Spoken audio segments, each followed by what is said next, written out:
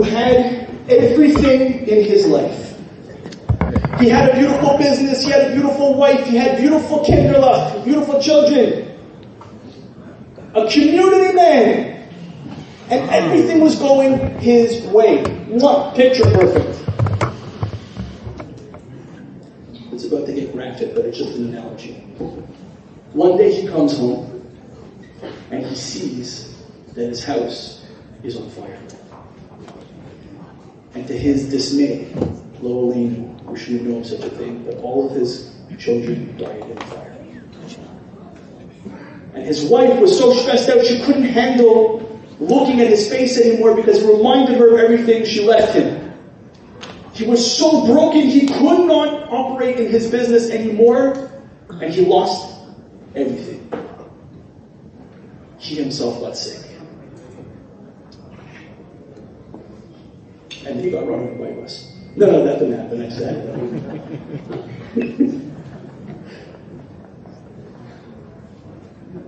A few years go by, he gathers himself, as they say in the Tehillim, he girds his loins. Who even knows what that means? What does it look like?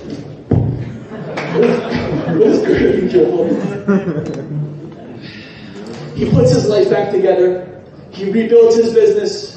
He finds a beautiful kala, a beautiful wife. He has children with her. And he lived out his life.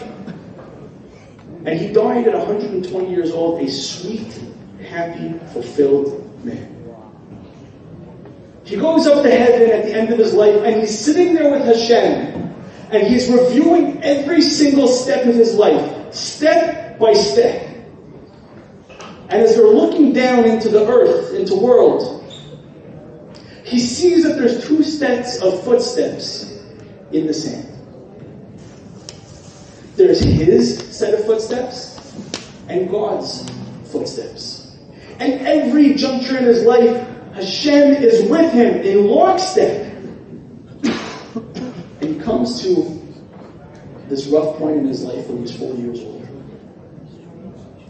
And he sees, to his dismay, that there's only one set of footsteps in the sand. And he looks up at Hashem and he says, I don't understand. My whole life you were with me. Together. And here in the hardest part of my life, in my most miserable moments, there's only one set of footsteps. Where were you? And Hashem says to him, you're right. There is only one set of footsteps in the sand during your hard time. But the reason why there's only one set of footsteps is because the set of footsteps that you see are mine, and the whole time I was carrying you through.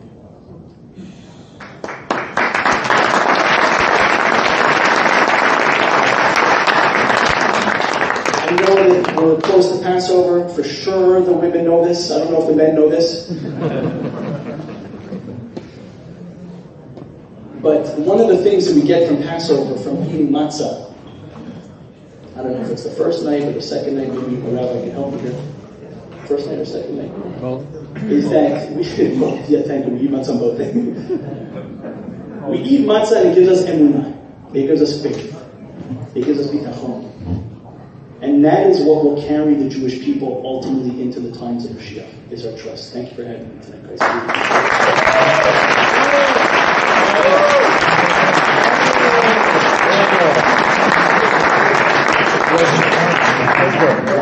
So I want to open it up to a few questions. I know it's very, very, very late. It's almost past my bedtime. Honestly, I go to bed. I go to bed very early. Okay, I have one or two. Yes, go for it. Leon Manicheri. Round of applause for Leon. What a man. What a guy. Yes, Leon, what's the question? The question is, and thank you for coming out. The question is, and this is, I guess, in all aspects, whether religious or professional or marriage, is you said trusting in yourself, because that's one way to know to ask Hashem for various things. Obviously, you have to trust in Hashem, but before that, you have to know, the person has to know what they want, what they are looking for. So what's your recommendation for people that might be lost, whether it's religious or professionalism or finding a job, and how to look inside themselves to see what they want? Because obviously it's a crazy, messed up world, but there's so many things going on. So what's your best, approach in person looking inside themselves to see what they want? You guys heard his question. How does a person know even what they want? How can you trust in yourself if you don't know what you want yourself? So the answer is, first of all, the good news is that what you want is already encoded in your DNA. It's already there. It's actually not so much about figuring out what you want, it's actually more peeling away what you don't want. And when you peel away what you don't want, what you want is actually there all the time. It's actually a lot more simple than you think. It's that thing that you think that if you give this up, then you're going to lose your parnasa, or you're going to lose this, you're going to lose this. It's that thing that you're scared to do for various reasons. I can only tell you what I did myself. I acquired a friend. I hired a coach for myself. I can only tell you what I did with helped me. Hope that answers your question. Yes, 1, 2, 3, yes. And hang on, I want to be fair to the ladies. We're equal society. Yes. What's your name? Yakira. Yakira. Woo! Round of applause. Trusting in God, even when things get really difficult. So if you have any tips or things that you apply in your life to trust in God, even if it's really hard. Great question. You guys heard it? Any tips and tricks to trust in God? There's a great book, again, I mentioned it. It's called Chovas Labovas, Shar HaBitachon. Great. I suggest everybody reads it. He gives a small thing that you could do to build this muscle. Bitachon, trust is a muscle. My trust is so strong right now that, like I said, just like I dropped this book, I know it falls. I trust Hashem. When I need to get on that plane, I'm going to get on that plane. And if you don't, if a person didn't get on the plane, it doesn't mean that Hashem didn't give you what you needed. But first of all, we have to understand what trust is. It is that it will be revealed good. It's people have a misconception. The Lubavitcher Rebbe talks a lot about this. Yes, and the Lubavitch. No, sorry. If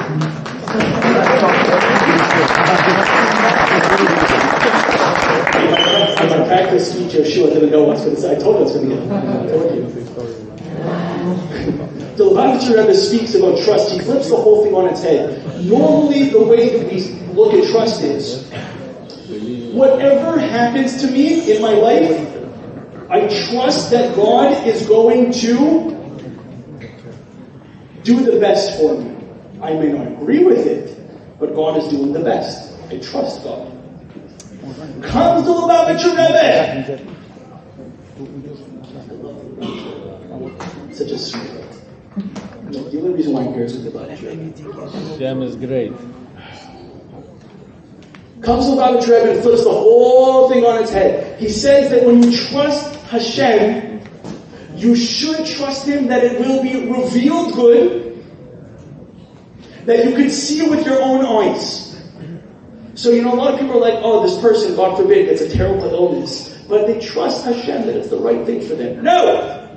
You should trust Hashem that you should be healthy. You should trust Hashem that you should be wealthy. You should trust Hashem that you're going to get your shit up. You should trust Hashem that everything is going to be good. And that Trump is elected in 2024. Yeah.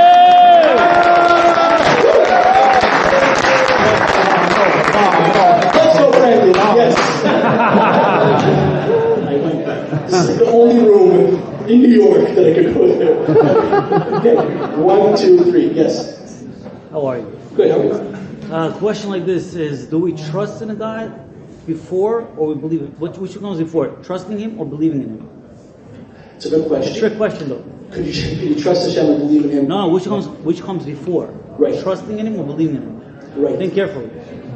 It's actually the same answer that I wanted to answer the lady. I didn't give her a proper answer. The tip. The book gives a suggestion, a tip. He says that you should, before you do anything, you should ask Hashem for that it should go well. And then when it goes well, thank Him. And you should start with very small things like, Hashem, please make sure I get home safely tonight. And then when you get home safely, thank Hashem for getting home safely. Before I stood on stage tonight, I was in the corner. I was talking to the wall. People thought I was crazy. The service in the back thought they didn't want to come near me. But I said, Hashem, please make sure that tonight goes well. And as soon as I step off stage, I'm going to say, wow, it went well, thank you.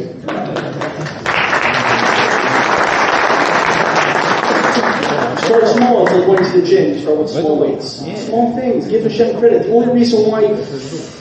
What do you think is making the diaphragm go up and down right now? It doesn't just happen. Hashem, please make sure that I breathe. Thank you. Wow, you did a great job. Start small. Everything is in Hashem's control. Nothing is out of His control. Everything, the Baal Shem Tov says, when a leaf falls from the tree, and depending on which side the leaf falls on, God controls that. Yeah.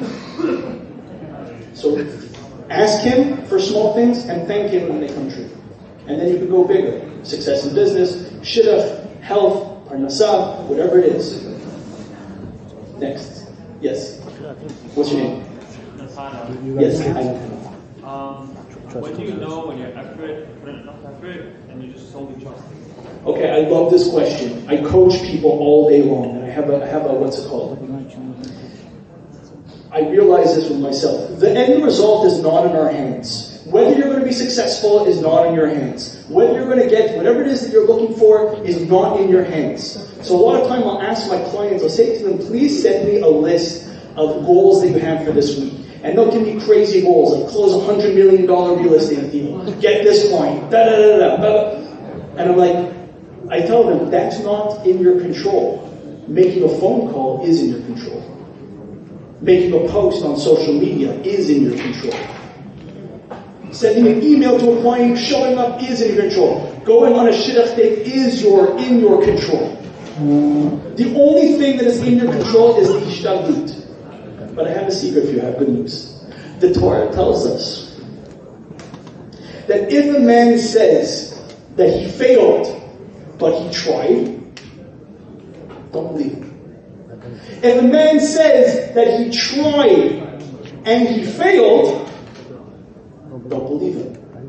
But if a man says that he tried and he succeeded, believe him. It's a law of the universe. God has to follow His laws. He is Baki in Shulchan Aruch. He has to follow His laws. And His laws say, when you try, you will succeed. So just try. The more you try, it's not the end result. Try. I poked, you remember the mask thing? I sat miserably and tried to poke at masks from 3,000 different angles. And eventually, Hashem had to give me what I was trying for. As long as you do not give up, the only thing that is within our control is the ability to not give up. Yes? Do we get an answer? My question. Sorry? I didn't get an answer to my question. Who? Which one came first? So we have a group therapy session after. You're welcome to join. We meet every Tuesday, okay? We'll talk about it. Yes. Okay, so I'm a certified life coach. Yes, I'm just teasing, by the way. I love you. You're beautiful. Yes. I'm a certified life coach. Yes, so what's your name? Oh, my name is Shiptan. Guys, just so you guys don't think this is like a sleazy promotion for my coaching, please, at the end of this, walk over to the man in the New York Yankees hat and say, hey, I would love to have a free consultation with you. Please coach me, okay? That's exactly my question. Yes. So, I've been, like, when COVID hit, I lost my father within, maybe a week after. It was like my birthday month. Back in March. Amen. In 2020, like you said, business, everything fell apart. I was getting into the coaching business. And I'm happier today than I was then because of things that I did, the rituals and all of that, and whatever. So I got certified as a life coach. Every day I spend 7, 8, 10 hours like learning, absorbing, and getting ready to give. And I've been giving for free. Like I do WhatsApps, I coach friends for free, I do so much. But like to transition into a paying business where I could do like group coaching, individual coaching, I was wondering what suggestions you would have to break through and get that. Everybody hear what he said? He loves coaching, he's doing it all the time, but he's not charging for it. So this comes back to what I was saying, trusting in yourself. By the way, you're doing it all wrong because the mitzvah is kinei, is to buy it. When people, in our world, money assigns value. So when a person puts money on something, they will appreciate it. You have to first understand that you are doing a service to them. When I raise money from people and I ask them for tzedakah, I feel great about it. You know why? Because that person will become rich. You're allowed to test Hashem with one thing, with tzedakah. I feel great when I ask the poorest person in the room for him to give $1,000. Because it's doing good for him. When you're schlepping money out of people's pockets, you are having them assign value to themselves. And you should feel good about that. But what I'm saying is like you're going to get a lot of clients with free coaching. No, but what I mean is sincerely, because I'm literally talking to my good friend, just today about that. So like I'll literally go and people will be like, wow, you're great, you're awesome, you've changed this guy's life, you've helped him, you've helped that, this lady was crying 20 years, she did all these things. And I'm like, okay, are you ready to sign up? Are you ready to do a free coaching consultation? Okay, so let's practice it together, okay? Yeah. I'm going to be you, and you're going to be the client that doesn't want to close. Okay, let's go. So I hope you enjoyed the coaching session. I'm so happy I changed your life. My fee, by the way, before they get on the free consultation, you should tell them that you're $3,000 a month, whatever it is. Everyone's like, that's a good business. By the way, I'm $3,000 a month. If you want to get on the free coaching session, I'm happy. If we don't by the end, I still love you anyways. Are you ready to roll? Yes. Great. So we went through it. Great. Would you like to continue? Well, the thing is, like, I loved your WhatsApp messages. They were so great.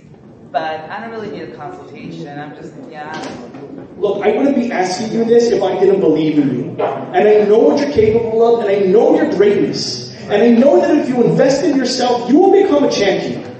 $3,000 is not going to kill you. Let's do this.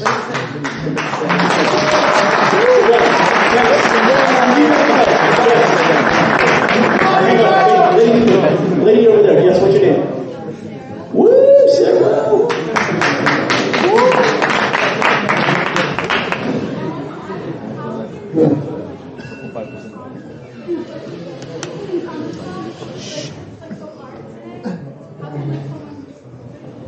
How could someone take upon themselves?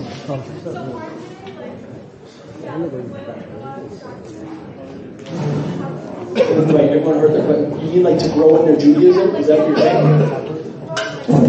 Right, so there is an evil monster in your pocket. It's called a cellular telephone. Not in your pocket, I don't know what's in your pocket. It's your hand. That's right, exactly. So when I'm at my office, if my cell phone is in my hand, I am not productive. I leave my cell phone to the side, and I do what I gotta do. At 8 o'clock at night, I shut off my cell phone, and it's gone for the rest of the night. And guess what? I met this weird woman who sleeps in my room, and apparently she's my wife. And we have like conversations now. It's the craziest thing. Cell phone is the evil monster in your pocket that wants to suck your life.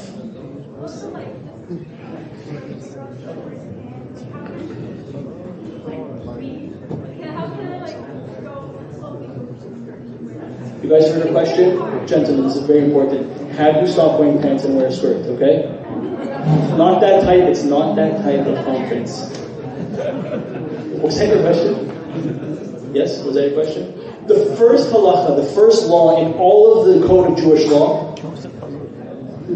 is be bold as a leopard. As a leopard. Despite what anybody is trying to tell you, be bold as a leopard. In order to be a Jew, you have to be brave. In order to be a Jew, you have to be strong. And never forget this, ladies and gentlemen, we are the greatest nation to ever walk the face of this earth, and we are the main characters in the greatest story ever told. Yes.